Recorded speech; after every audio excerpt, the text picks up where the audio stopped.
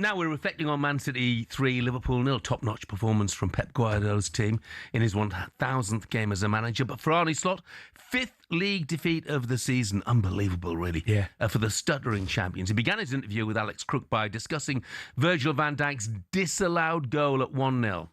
Immediately when I went inside after the game, people showed me a moment last season where City played away at Wolves, where City scored a goal, where I think it was Bernardo Silva who was ducking,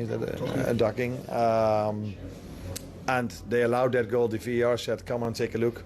Same referee, by the way, Chris Kavanagh, come on, take a look. And he went to the screen, did take a look and said, the goalie could see the ball. There's no reason to disallow this goal, so it should be allowed. And I don't think the linesman should have raised his flag, or maybe he did this because the referee told him to, but then Michael Oliver should have always overturned that decision, which he didn't do. And let me leave my comments by that. How do you assess the overall picture now? 8 points behind Arsenal, 5 defeats. I've been looking back historically, 5 or 6 defeats is the most you can have and go on and win the title. Yeah, but I think at this moment of time, the last thing we should do is talk about what you're talking about. We lost too many games. This week started off really well with 2 good wins. And we have to take that into the period after the international break, where I prefer to judge the league table. I said this last season as well, so I say this one more time. After 19 games, of course we all look at it after 38 games, but 19 gives maybe a bit better impression than 5, 6, 7, 11. But it's clear that we have to improve, and that's not new to me. It isn't as if after the last 2 wins I thought all the things we had to improve are gone. No, there's still a lot to improve, and that's what we're going to try to do after the international break. Don't look at the league table after 19 games, but I would hazard a guess, the cynic in me tells me, if they were top of the table, he'd be looking after 11 games. I take the point. I mean, I think it's an obvious thing to say, but you get a better idea at the turn of the year. Definitely a better idea at the turn of the year, a Christmas period. But you do get an idea now, surely. Yeah, but there's clearly a lot more possibilities for it to change. You know what I mean? Still, I think, right away you would think there has to be an improvement in Liverpool, there has to be an improvement in Newcastle. I would think straight away there are teams that cannot continue in the form that they're in at this moment in time. So I just think, I know, of course, absolutely, I take your point, but I just think after the new year, you got a far better idea. Yeah, look, I predict Liverpool will win the title again this season. I think it's gone already from them. Let's have a chat with our chief football correspondent, Alex Crook, who was at the Etihad for us yesterday. He joins us now. Morning, Crook. Morning, Crookie. Good morning, boys. They do look miles off it, though, mate.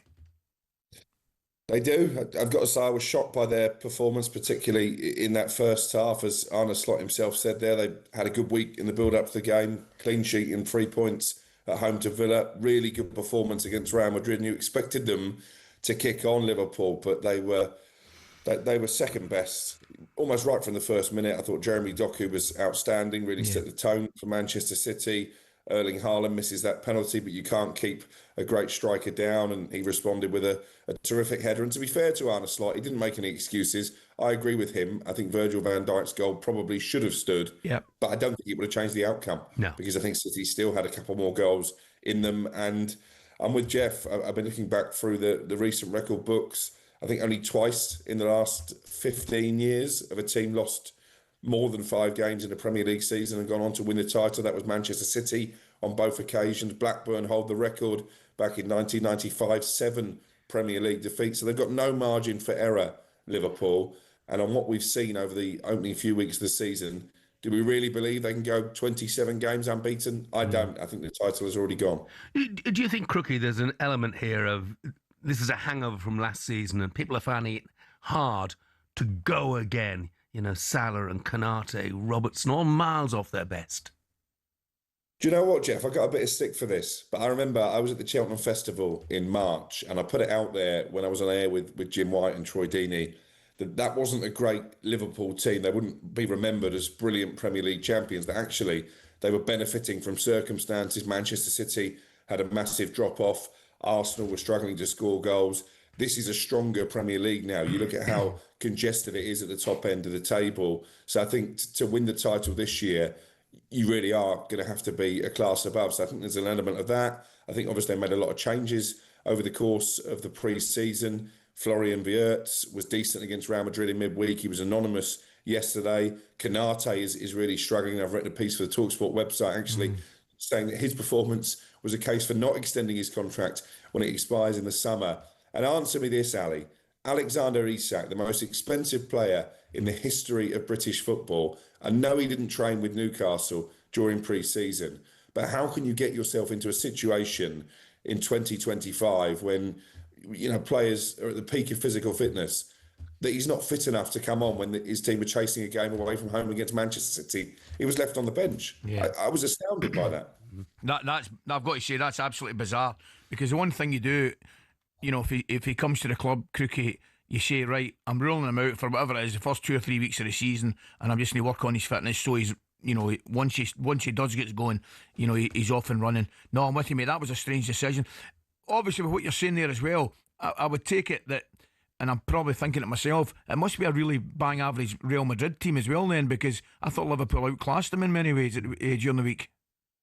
They did. But listen, it was a bang average Real Madrid team in the Champions League last season. So let's see how deep they go in the Champions League. Maybe in some ways that lulled Liverpool into a false sense of security. I think the Premier League is so strong this year, Ali. You look at the results for the English teams in Europe. I think we're going to get a lot of teams from the Premier League who are going deep into the Champions League. And really that emphasises what I was saying, that last season the Premier League probably wasn't the best we've ever seen. This year I think it's completely different.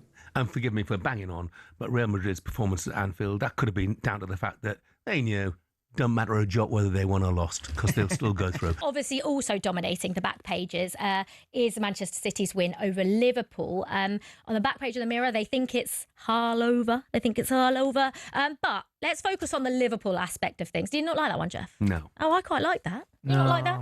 Think it's it's not over, but I quite like the whole bit. No, you didn't, Ali. Okay. And on the back page of the Times, a Slot saying the title is the last thing on my mind.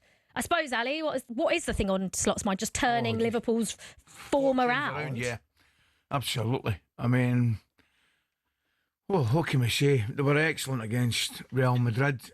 They were better against Aston Villa. But prior to that, going through a real poor patch. And yesterday, I mean, I know goals change games, and we can talk about the disallowed goal, which in my opinion should have stood, but that would be glossing over, because they were well beaten in just about every department. That would be the concerning thing.